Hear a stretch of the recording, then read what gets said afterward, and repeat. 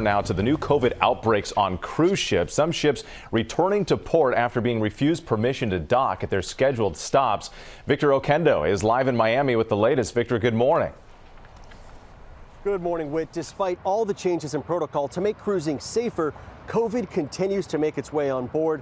One woman describing a recent experience as traveling in a petri dish. A holiday travel nightmare at sea.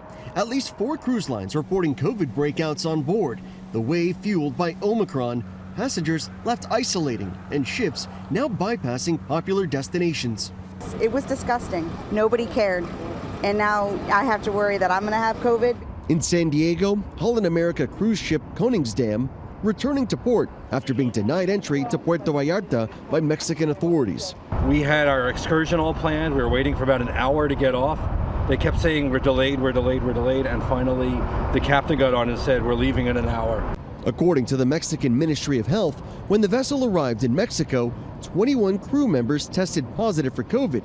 Holland America responding to ABC News, saying in part, no guests presented as positive. With the pervasive nature of the Omicron variant, we have continued to evolve our protocols, which were developed with guidance from leading health experts and in anticipation of situations like this. The same ship sailing off again on another voyage just hours after passengers disembarked. In Miami, Carnival Freedom, a ship on an 8-day voyage, returning to its port after what passenger Ashley Peterson described as traveling in a petri dish. With the high number of COVID cases on board, they're not able to really contain it being on a small ship. It's really the worst kind of travel that you can do. I mean, it's not safe at all. The vessel denied entry to Aruba and Bonaire due to infected passengers on board. Many passengers upset with Carnival over its communication. They didn't inform us of hardly anything. We sat there for a couple of hours and then we found out they wouldn't let us on that destination because of so many people on the ship having COVID. Carnival telling ABC News their vigorous COVID protocols account for the possibility of any positive cases on board, and that they also made announcements and communicated in writing to guests on board. The cruise industry crushed by the pandemic, shifting protocols and setting strict rules for sailing in order to prevent the spread of COVID. But this current trend of outbreaks has the CDC monitoring closely.